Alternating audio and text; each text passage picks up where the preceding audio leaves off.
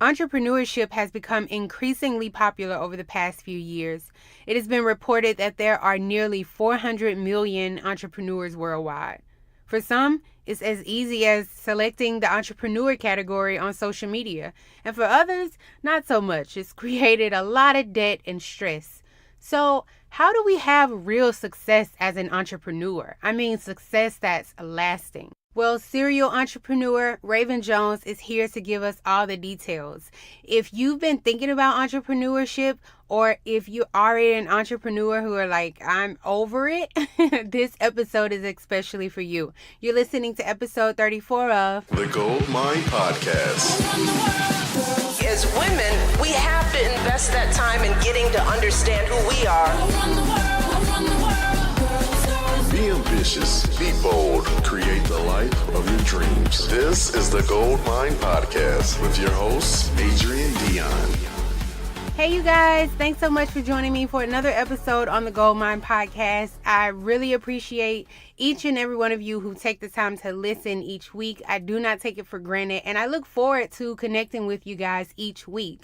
I'm very excited about today's episode because we have a very special guest on today. As I mentioned earlier, entrepreneurship has become very popular. And for those of you who have answered the calling, because I do believe entrepreneurship, it's a talent, it's a gift, it's a calling.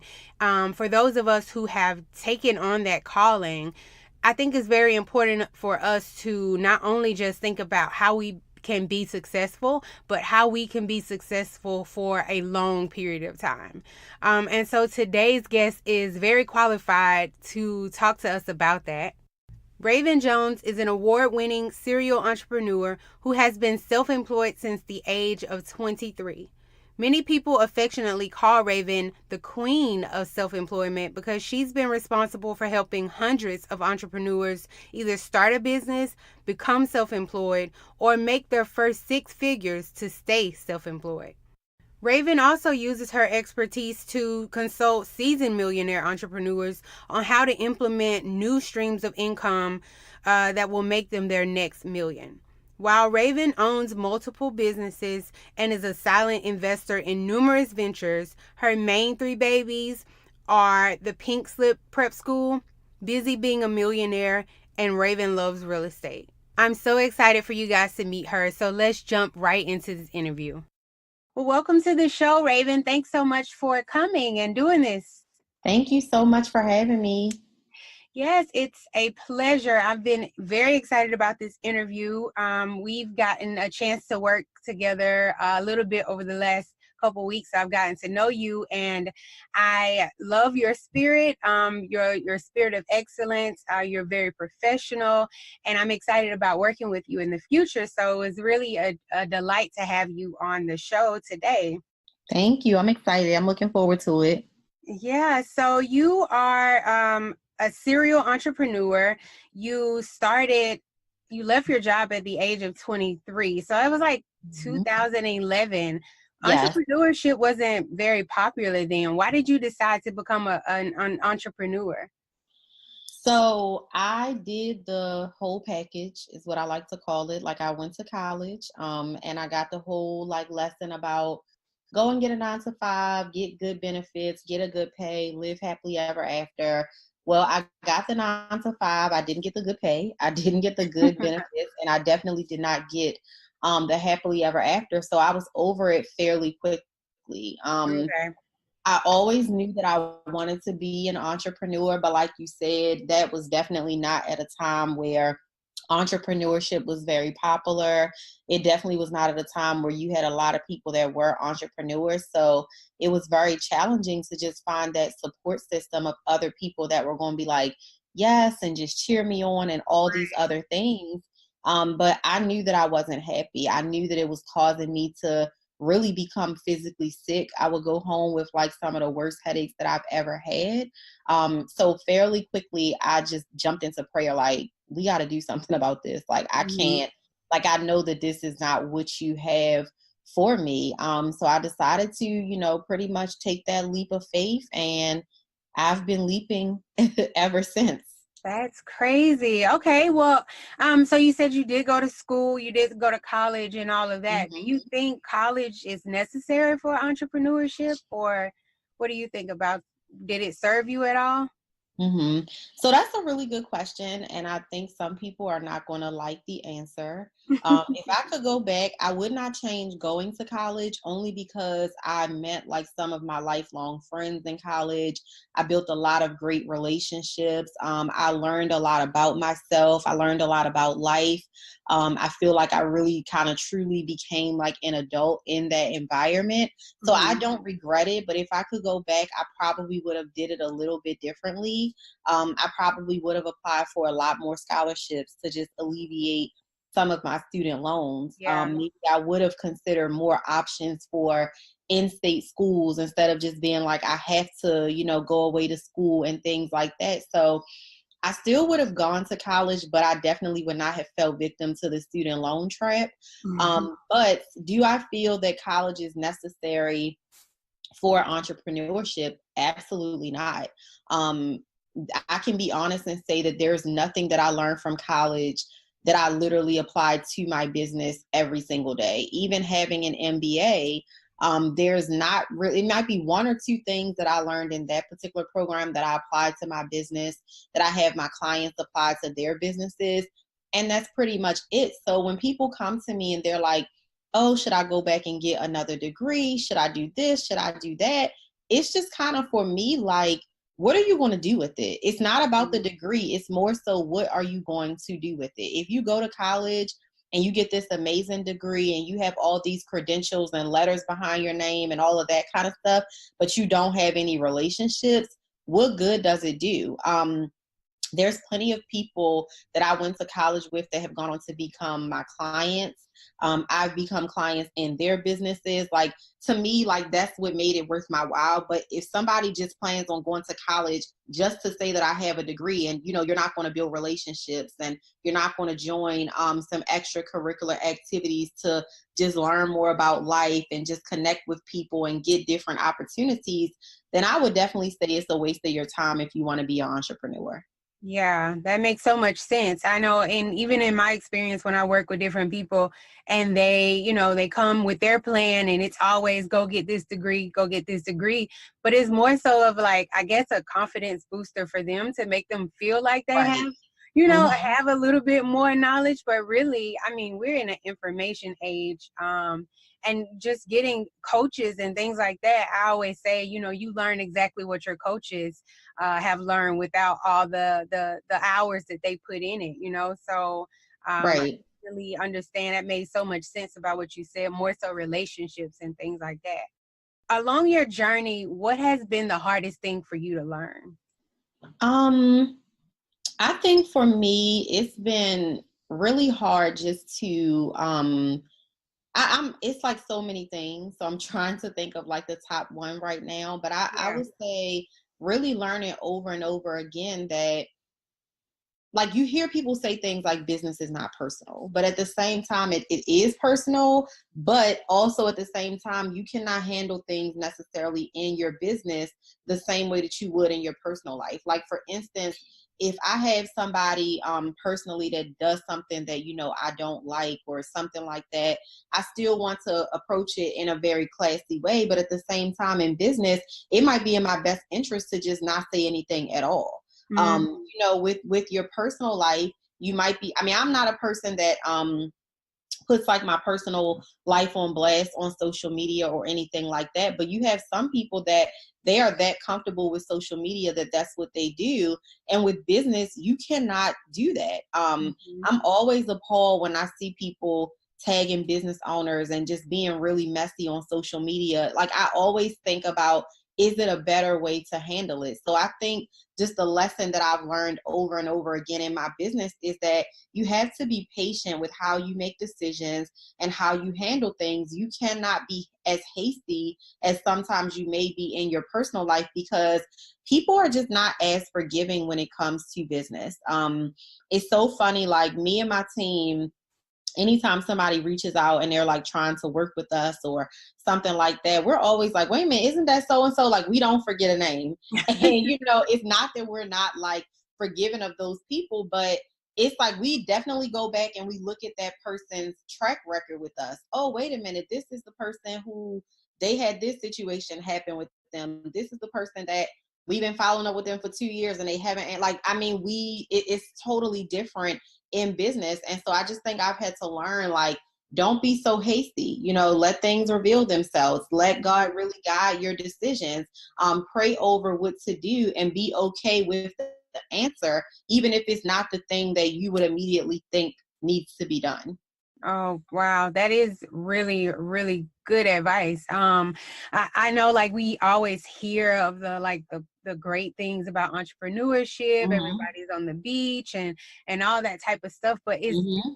the things like this that you don't think about, that can be Yep. detrimental to your business or your businesses if you are, quick to apply the way you handle personal things to your Mm-hmm. business. That just can't be. That's Mm-hmm. awesome advice. What are some other myths you think that people have about entrepreneurship? Oh my goodness, it's so many, but I would have to say the biggest one is time.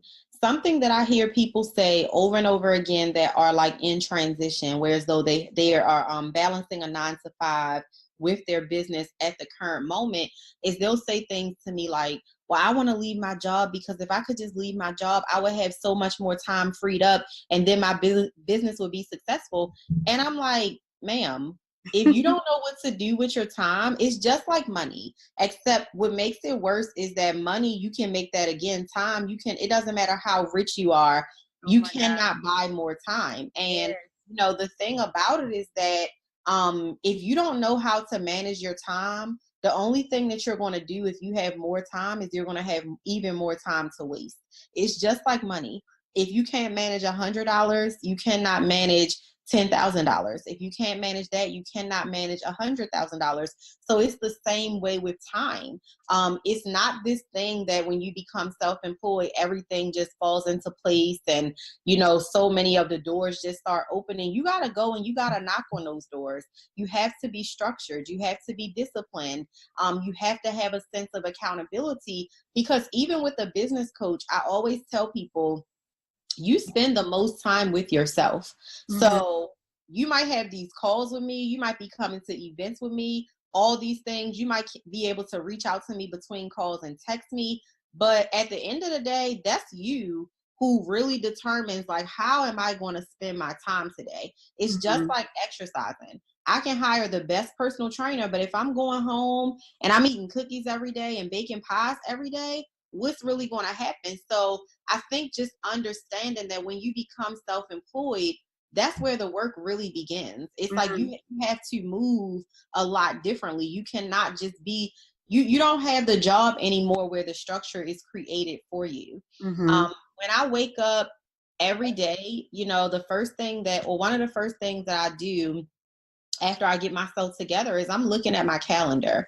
What does today look like? What do we have going on today? Who is on my calendar today? What are the calls, that I'm doing and things like that? But at the same time, if I don't get on those calls, is somebody necessarily going to fire me? Not necessarily, but at the same time, do I want people thinking that I'm not professional? One of the things that you said to me was, oh, you're so professional. I don't want somebody thinking that I'm not professional, but it's very easy to be unprofessional when you lack discipline and you feel like, I don't have no boss. I don't have nobody to be held accountable to. You have to have that discipline that you are accountable to your clients. You are accountable to your brand. You are accountable to your time, and you want to make sure that you use it wisely. So I think the timing of everything is definitely probably the biggest myth of them all. Yeah, I definitely agree. Not having that time management is so important for entrepreneurship. So thank you so much for sharing that. I know you talked a little bit about when you said when the things that you do when you get up in the morning. Mindset is so important to entrepreneurship. What's your regimen for maintaining a healthy mind? I know you have multiple businesses. How do you keep yourself together, like how you mentioned a little bit ago? So I think for me, something that's important is like I have to pray. And I will be completely honest, I'm not one of those people that like I have a set time of day that I pray every single day. That's definitely something that I have to get a lot better at. But for me, I have to pray and I have to be quiet. Like I have to have moments in my day where it's just nothing going on. Like if I have a day that's like really back to back, like prime example, today is one of those days. I've been like kind of nonstop since 10, and then I have like calls up until like about 8:30 tonight because of like, you know, the time of the year it is. It's the holidays. So Mm-hmm. people's schedules is like a little bit more scarce. But when my day is back to back like that, I'm always looking at my schedule like, okay, when is my next break? Mm-hmm. Because when I got that next break, I gotta either get some prayer time or I gotta get some quiet time so I can get my mind together.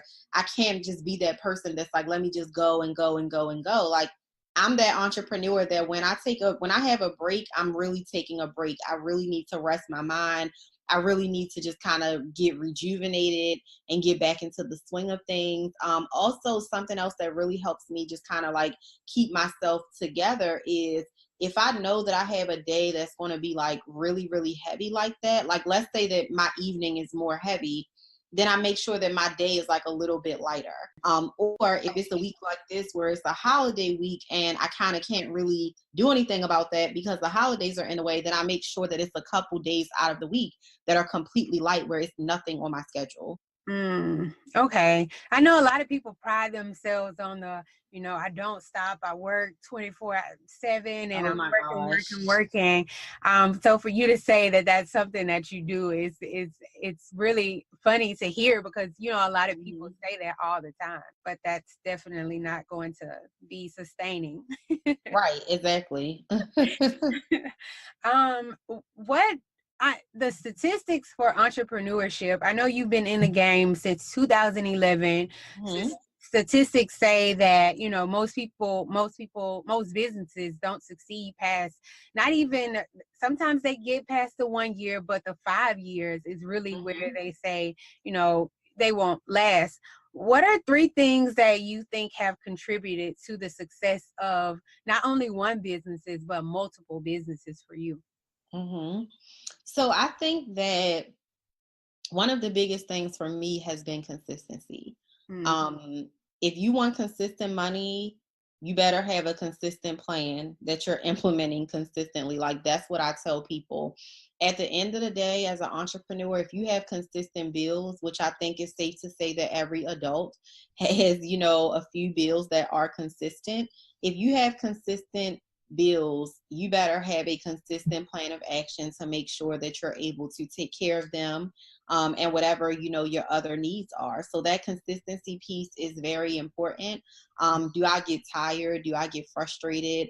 Am I a real person that actually sometimes life happens to me? Absolutely. But consistency has to be your middle name if you want to be successful at mm, entrepreneurship. okay. A lot of times you have people, and it's kind of just like a situation where um 1 minute they're being consistent for a few months, but they feel like, oh, I'm not seeing any results, let me drop that, let me move on to this. You never accomplish anything because you never consistently execute to see it through. Mm, So that consistency piece, I think that's one of the most important things. And then I think another thing, and this kind of stems right from what I just said about the consistency, but you have to have patience. It is not an overnight process. If you are looking for something microwavable, go to the grocery store in the TV dinners aisle, buy yourself a Stouffer's, because that's not what you're going to find in the entrepreneurship world. It just doesn't work like that. And I always try to tell people, I think something for me that has been, or that has contributed to like lasting as an entrepreneur, is like I always was weary of success that comes too fast. Like I came into this with the mindset that I had to be patient. I came into this with the mindset that it's not going to be an overnight process. And don't get me wrong, sometimes it was hard. It was really hard sometimes looking at your bank account and it's in the negative for years, mm, or looking at other people be extremely successful and do certain things for themselves. And, you're still over here eating spaghetti and can't even afford to get a lemonade when you go out to dinner. Like that was really my life for a while when I first started off. And I just think that being in the space, you know, where you're seeing other people, it's easy to go to God in frustration and say, why not me? You know, why is this not happening for me yet? But when those things finally started to happen for me, I realized why I needed to be patient. I realized that I needed to be a certain person to be able to handle those things. So it wasn't necessarily just about getting to six figures or getting, you know, to a certain amount of clients or whatever the case may be. But it was more so about first growing into this person that I needed to become so that I could manage those things when it happened, so that I wouldn't be one of those entrepreneurs that was like, oh my God, I'm experiencing wild and crazy success, and then I'm not. And then I am, and then I'm not. You know, I wanted that consistency. So I definitely had to be patient in order to get there. And then I would say last but not least, and of course I could name like a million things, but we're doing three. So I would say last but not least, getting comfortable with taking risk.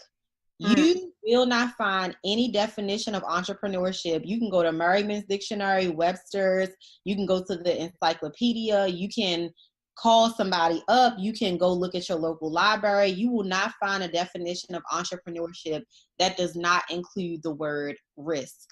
So it amazes me how you get entrepreneurs and they want to be comfortable. You got to take that word out of your vocabulary. I don't even use that word. I don't use that word, because 7 years later, I am still uncomfortable, and I absolutely love it. Because if I'm uncomfortable, that means that I'm growing. That means I'm getting ready to try something. I'm getting ready to test it out. I'm getting ready to take a risk so I can get a bigger reward. Like, you have to be in a space where you are comfortable with that. And that's why I know, like, prime example, when I'm in my coaching business and I'm working with entrepreneurs or considering working with entrepreneurs, and they're very scared to invest in themselves.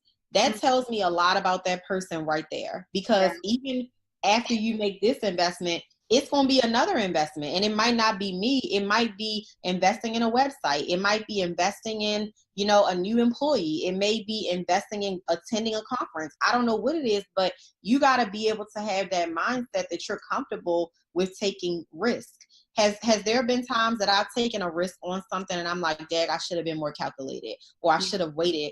But every single time, even if it wasn't a victory, it was a lesson. So at the same time, it's still a victory. So just getting comfortable with that risk taking, like, that's really, really, really important. Oh, I love that. I love that. And then you touched a little bit about how you would look at other people and you would see their success. What comparison can be a real bad trigger for a lot of people. How do you, there are a lot of business coaches out here now. How do you separate yourself from everybody else and also not fall victim to the comparison game? So I think in terms of separating yourself from everybody else, you have to know, like, the foundation that you have created. I think first and foremost, like, it's just like, think about a house. If that house is not created on a good foundation, when that first storm comes, the windows is going to blow in, the roof might fall off, the whole house may fall down. But if you have really created a solid foundation for your business, you are not worried about that storm coming, because my house is built on a solid foundation.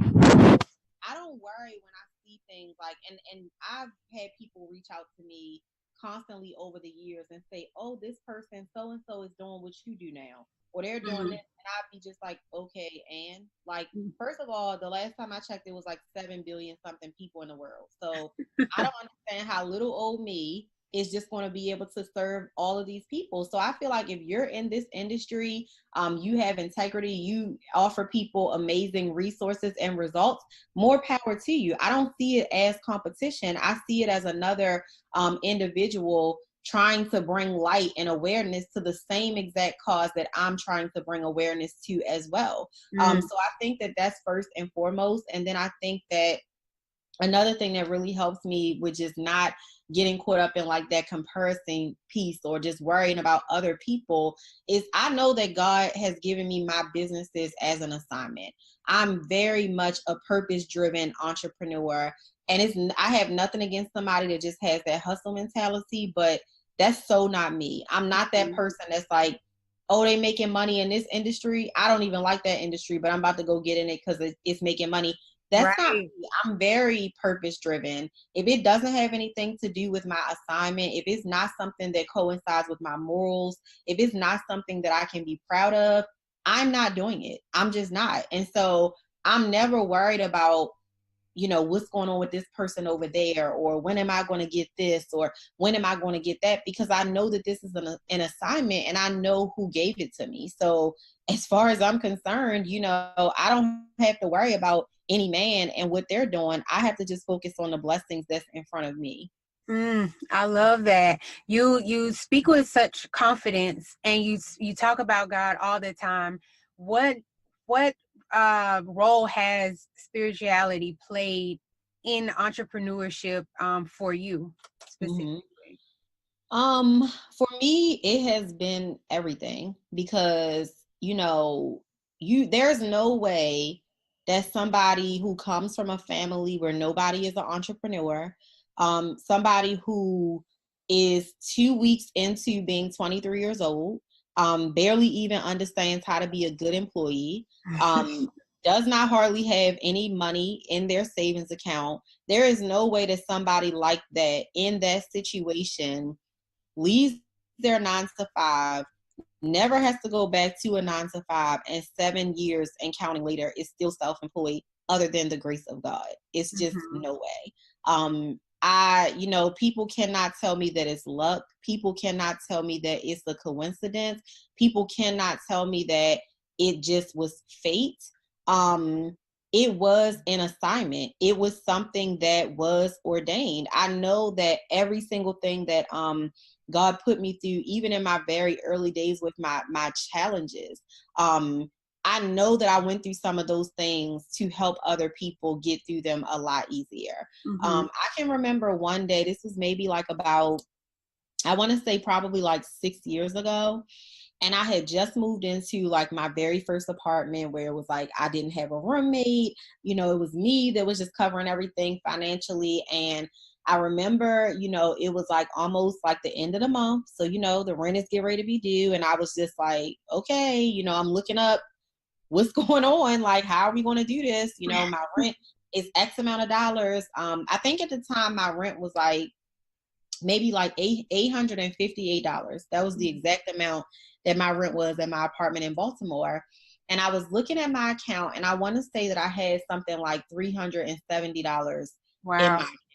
So girl, I was way off. Like, ma'am, you ain't even close. Like, Not even like $50. You don't even have half. Like, you just out here. So I just was like sitting there, and I felt so uncomfortable because I had just moved into the apartment like maybe like a month prior. So I was like, I cannot go to these people, and I'm a month into this lease, and tell them, I don't have the money. I was like, I cannot go to my mom or my dad and say, like, I just was so embarrassed, that I didn't have it, because it wasn't that I didn't have it because I wasn't being responsible. I didn't have it because as an entrepreneur, I had all these other things that I had to invest in for the business.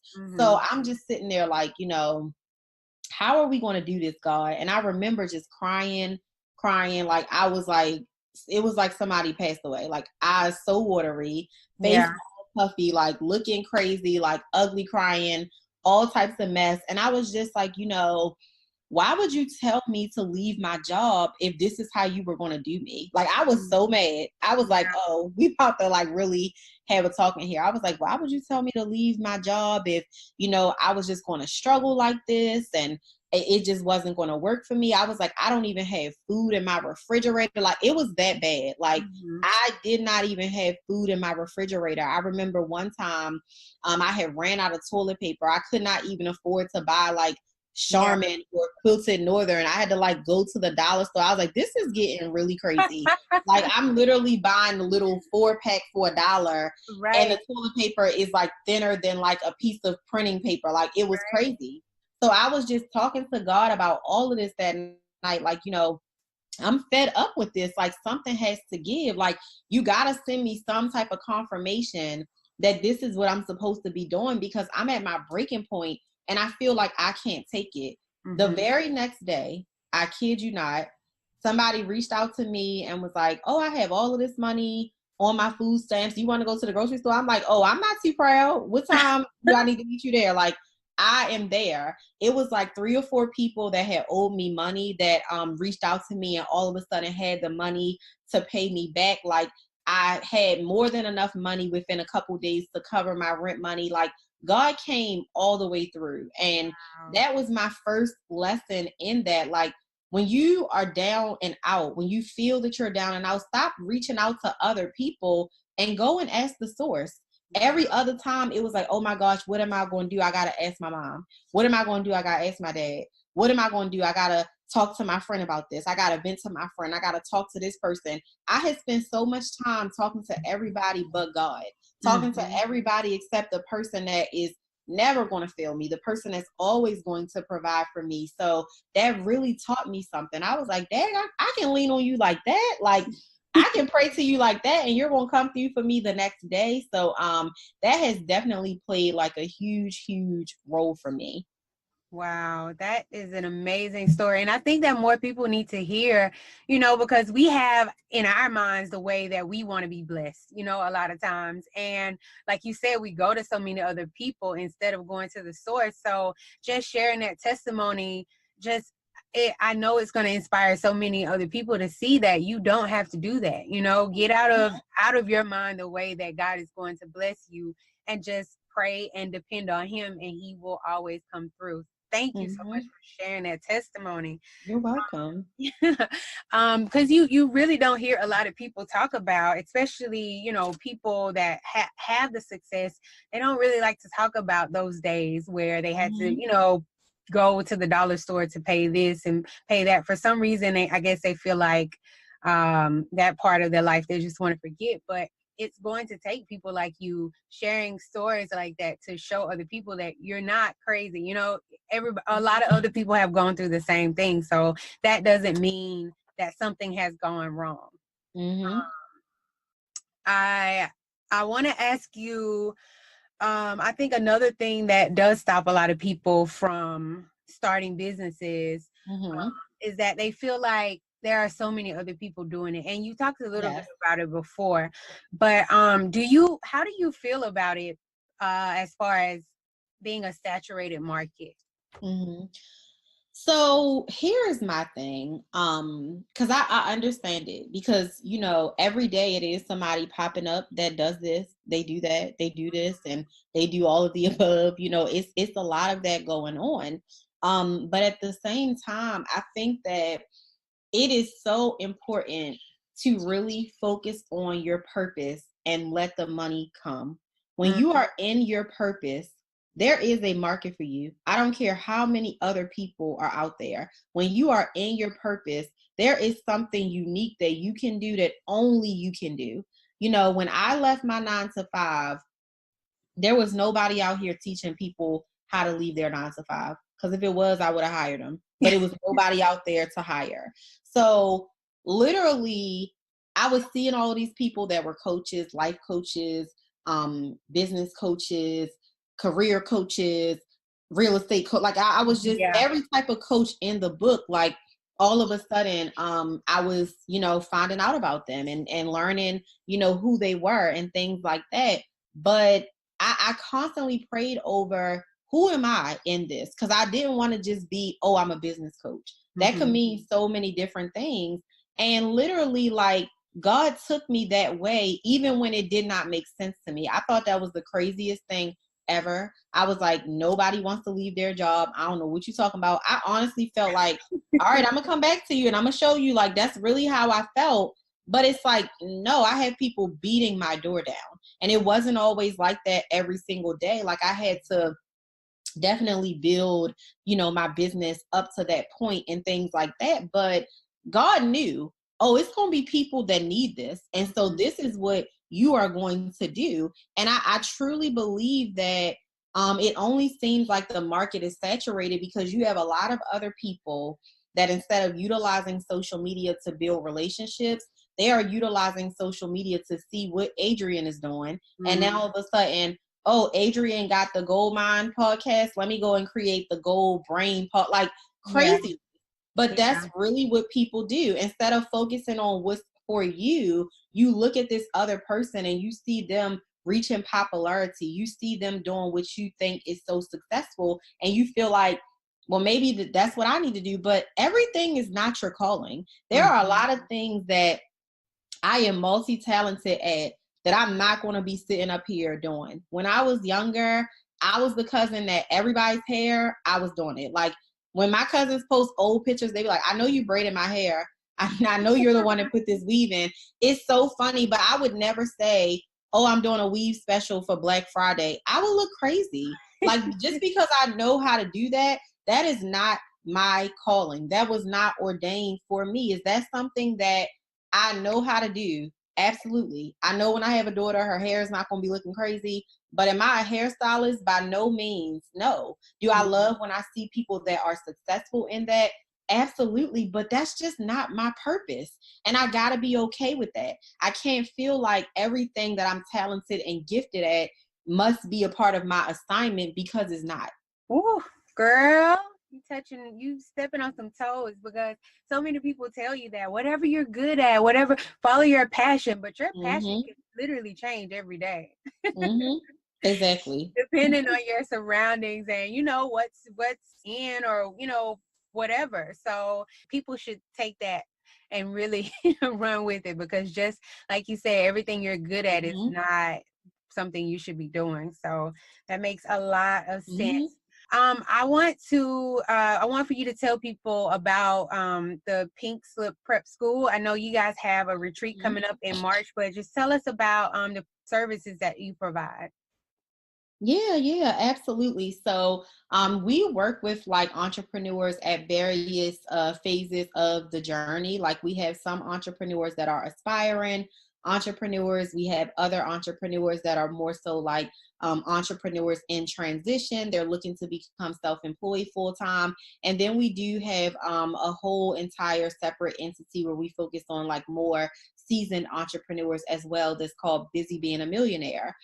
So it's definitely like a lot of different components within Pink Slip Prep School. But I feel like my pride and joy of everything that we do is I love to be like up close and personal. Like I'm just a people person. So the events, the experiences, I love that. When one ends, I'm always counting down to the next.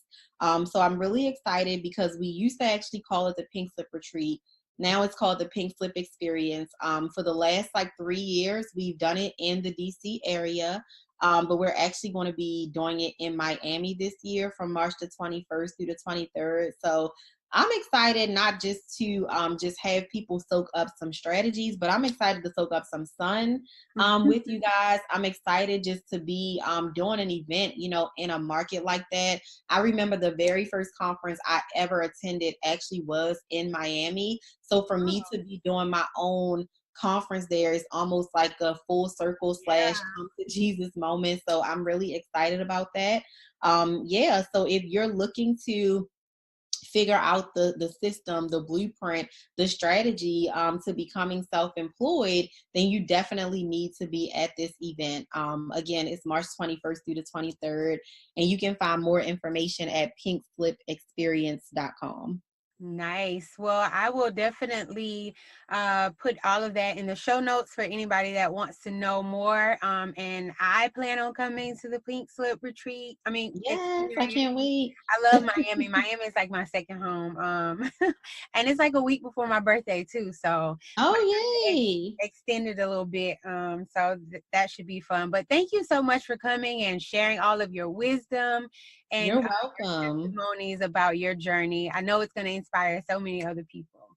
Thank you so much for having me. This was awesome. I'm definitely excited and just looking forward to what everybody gets out of listening to this interview. Yes. Well, thank you. All right, guys, I hope you enjoyed this interview as much as I did. Raevyn is so inspirational, and I just love her story and the way she's so transparent about her journey. To connect with Raevyn, or if you have questions about the Pink Slip Prep School, you're looking for some help, all of that information is included in the show notes. So make sure you reach out to her. I promise you won't regret it. All right, you guys, I look forward to talking with you guys next week. If you have any questions, any feedback on the episode, let me know. I'd love to hear from you guys. Until next week, you guys be good, and I'll talk to you later. Bye.